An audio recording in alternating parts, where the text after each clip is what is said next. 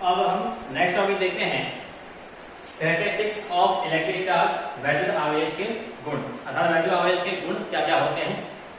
तो इसमें सबसे पहला है आपका अट्रैक्शन एंड रिपल्शन, यानी कि आकर्षण व प्रतिकर्षण। समान आवेश प्रतिकर्षित होते हैं और विपरीत आवेशों में क्या होता है, आकर्षण बल पाया जाता है। तो आवेशों में अगर हम देखें तो प्लस प्लस चार्ज यानी कि समान आवेश या निगेटिव निगेटिव चार्ज समान आवेश, तो ये आपके क्या होते हैं, एक दूसरे से रिपल होते हैं, यानी कि परस्पर क्या होते हैं, प्रतिकर्षित होते हैं।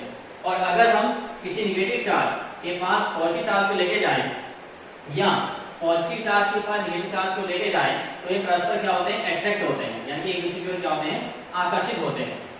अतः समान आवेशों में प्रतिकर्षण बल पाया जाता है और विपरीत आवेशों में आकर्षण बल पाया जाता है। इसके पश्चात हम दूसरा नियम देखते हैं इसमें कंजर्वेशन ऑफ चार्ज, यानी कि आवेश संरक्षण का सिद्धांत। इस सिद्धांत के अनुसार आवेश को ना तो उत्पन्न किया जा सकता है और ना ही नष्ट किया जा सकता है। चार्ज नेदर क्रिएटेड और नॉट डिस्ट्रॉयड, इसे हम केवल एक बॉडी से दूसरी बॉडी पर ट्रांसफर कर सकते हैं, स्थानांतरित कर सकते हैं। तीसरा जो गुण है क्वांटम नेचर ऑफ चार्ज, जिसे हम आवेश क्वांटिकरण का सिद्धांत भी कहते हैं।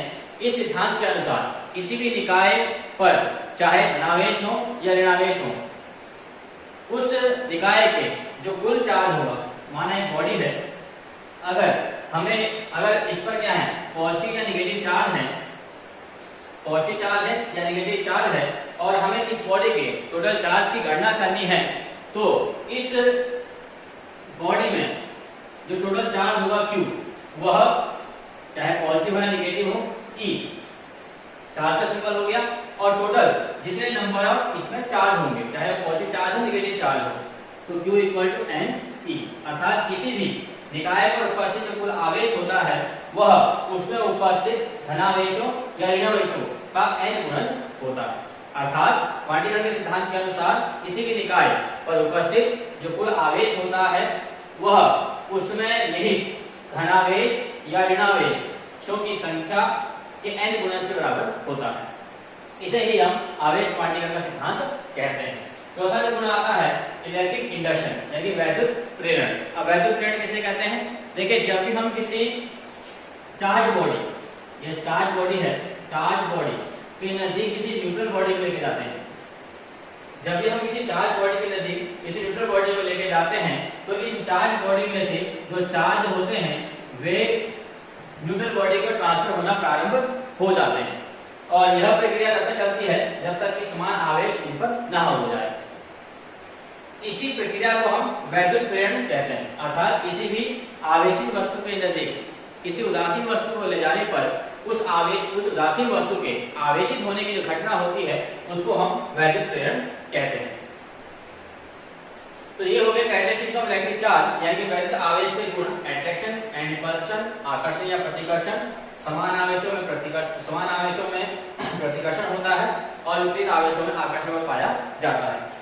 कंजर्वेशन ऑफ चार्ज, आवेश संरक्षण, आवेश को ना तो उत्पन्न किया जा सकता है और ना ही नष्ट किया जा सकता है। क्वांटम नेचर ऑफ चार्ज, आवेश क्वांटिकरण, किसी भी निकाय पर उपस्थित जो कुल आवेश होता है वह उसमें उपस्थित धनावेशों और ऋणावेशों का n गुणन होता है। इलेक्ट्रिक इंडक्शन, वैद्युत प्रेरण, किसी भी आवेशित वस्तु को किसी उदासीन वस्तु के नजदीक ले जाने पर उस उदासीन वस्तु के आवेशित होने की जो घटना होती है उसे हम वैद्युत प्रेरण कहते हैं। अब नेक्स्ट टॉपिक में हम देखते हैं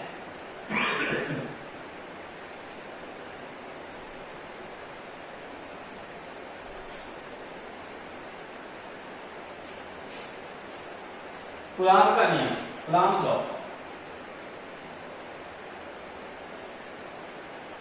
कूलाम्ब्स लॉ, कूलाम्ब का नियम।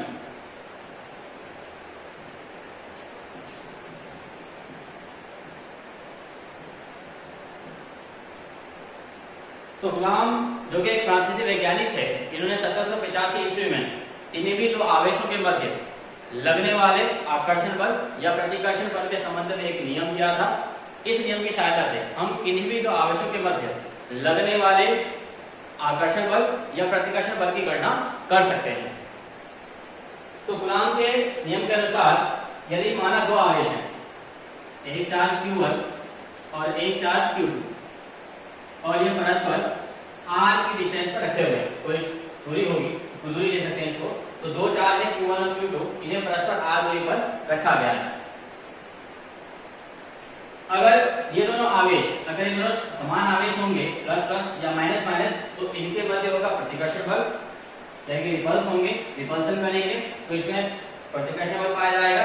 और अगर ये विपरीत चार्ज होंगे तब इनके मध्य अट्रैक्शन बल पाया जाएगा, तब दिशा आपकी इधर को हो जाएगी।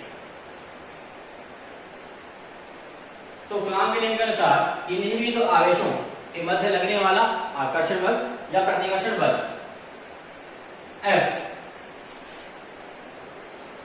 इन दोनों आवेशों के परिमाणों के परिमाण यानी Q1 और Q2, तो इन्हीं भी दो आवेशों के मध्य लगने वाला आकर्षण या प्रतिकर्षण बल इन दोनों आवेशों के गुणनफल के अनुक्रमानुपाती होता है।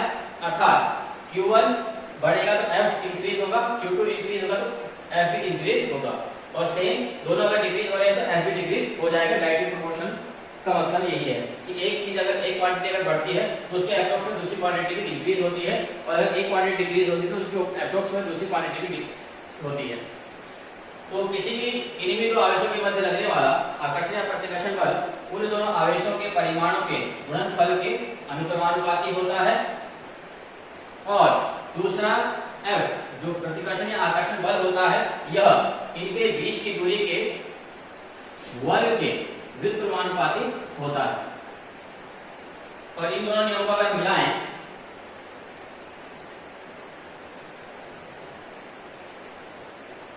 तो F proportional to Q1 Q2 upon R square, यही कूलॉम का नियम है।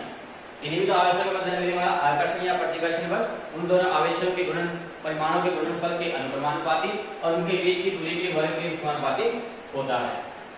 अब प्रोपोर्शनल के साइन को हम इक्वल के साइन में कन्वर्ट करेंगे तो F इक्वल टू, यहाँ पे आएगा 1/4 pi epsilon not constant Q1 Q2 upon R square, जहां पर 1/4 पाई एप्सिलॉन नॉट इसकी जो वैल्यू होती है 1/4 पाई एप्सिलॉन नॉट, इसकी वैल्यू होती है 9 × 10⁹ न्यूटन मीटर स्क्वायर पर कूलॉम स्क्वायर। तो यह है कूलॉम का नियम। किन्हीं दो आवेशों के मध्य लगने वाला आकर्षण या प्रतिकर्षण बल F equal to 1/4 pi epsilon nought Q1 × Q2 upon R square, जहां पर 1/4 पाई एप्सिलॉन नॉट की जो वैल्यू होती है वो 9 × 10⁹ न्यूटन मीटर स्क्वायर पर कूलॉम स्क्वायर होती है। और अगर आपको इसकी वैल्यू फाइंड करके इसका मात्रक फाइंड करना है तो इसको हम इस प्रकार से लिख सकते हैं F equal to 1/4 pi epsilon nought Q1 Q2 upon R square. इस R स्क्वायर को हम यहाँ शिफ्ट करते हैं तो 1/4 pi epsilon nought equal to हो जाएगा F R स्क्वायर, और Q1 Q2 इसके अपॉन में जाएंगे। तो F है आपका बल, बल का मात्रक न्यूटन, R डिस्टेंस, डिस्टेंस का मात्रक मीटर, तो स्क्वायर है तो newton metre square upon charge का मात्रक कूलॉम इनटू, ये भी चार्ज का मात्रक कूलॉम करेंगे, इसको हम कूलॉम स्क्वायर लिख सकते हैं। तो ये आपका मात्रक इसका होगा न्यूटन मीटर स्क्वायर पर कूलॉम स्क्वायर। इसके पश्चात इस 1/4 पाई एप्सिलॉन नॉट में ये जो एप्सिलॉन नॉट है इसको बोलते हैं हम निर्वात की विद्युतशीलता, निर्वात की विद्युतशीलता, परमिटिविटी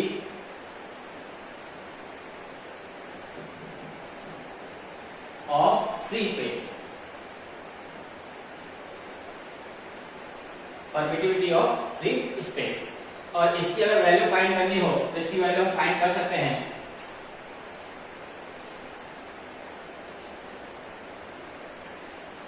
हम जानते हैं कि 1/4 pi epsilon nought is equal to 9 × 10⁹ इस एप्सिलॉन नॉट को यहाँ ले आते हैं, इस वैल्यू को यहाँ लेकर आते हैं तो 1/4 pi × 9 × 10⁹ equal to epsilon not.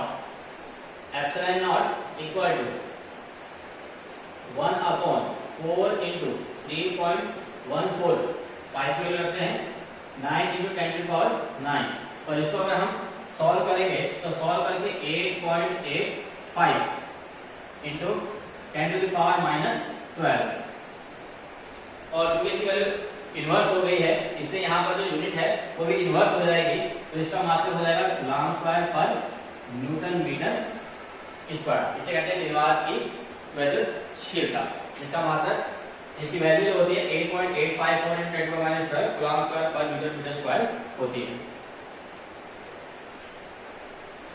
इसको अगर पढ़ने में आपको दिक्कत हो रही हो तो एप्सिलॉन में यहाँ पे दे रहा हूँ एप्सिलॉन 0 भी पढ़ा जाता है इसको, और जिनको हम नॉट भी कहते हैं तो इसे एप्सिलॉन नॉट भी कहते हैं इसको। इसका जो प्रोनाउंसिएशन है वो उच्चारण जो होगा वो एप्सिलॉन 0 या एप्सिलॉन नॉट से किया जाएगा।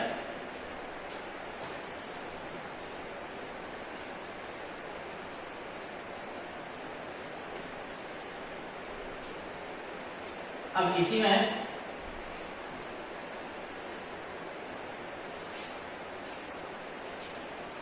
यदि इन दो चार्जेस के बीच, एक चार्जेस Q1 है, ये Q2 है, डिस्टेंस R।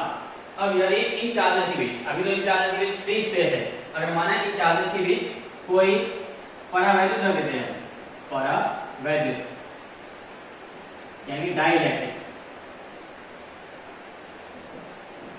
यदि हम इन दोनों आवेशों के मध्य कोई डाइलेक्ट्रिक परावैद्युत रख देते हैं तो तब बल क्या होगा, इसको देखने से पहले हम ये देखते हैं कि परावैद्युत होते क्या है। What is dielectric?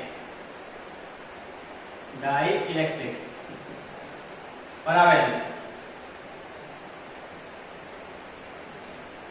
तो नॉर्मली अगर आपको परावैद्युत का डाइलेक्ट्रिक समझना हो तो सिंपल से अगर हम समझे तो डाइलेक्ट्रिक का मतलब होता है कुचालक पदार्थ से, कुचालक पदार्थ अर्थात ऐसे पदार्थ जो आवेश का प्रवाह नहीं करते हैं, उसको और धारा का प्रवाह नहीं करते हैं, उन्हें हम कुचालक नॉर्मली जानते हैं। इसमें रबड़, प्लास्टिक, कांच आदि पदार्थ आ जाते हैं। तो जितने भी कुचालक पदार्थ होते हैं इन कुचालक पदार्थों को हम परावैद्युत कहते हैं। अब परावैद्युत पदार्थ हालांकि कुचालक होते हैं और ये जो है आवेश को प्रवाहित नहीं करते हैं, लेकिन अगर इन पदार्थों पर वैद्युत क्षेत्र लगाया जाए, तो वैद्युत क्षेत्र लगाने से इन पर प्रेरित आवेश उत्पन्न हो जाता है। अगर वैद्युत क्षेत्र लगाया जाएगा तो इन पर प्रेरित आवेश उत्पन्न हो जाता है। और यदि इन पदार्थों में से किसी पदार्थ को अगर हम इनके बीच रख दें, परावैद्युत को हम कैसे डिनोट करते हैं, परावैद्युत को इंग्लिश के अल्फाबेट ए से प्रदर्शित किया जाता है, और यदि हम इन्हीं दो आवेशों के मध्य परावैद्युत K को रख दें तब इन दोनों के मध्य लगने वाला जो बल होगा F इक्वल टू ये रहेगा 1/4πε0 K Q1 Q2 upon R square. यह है कूलम्ब का नियम।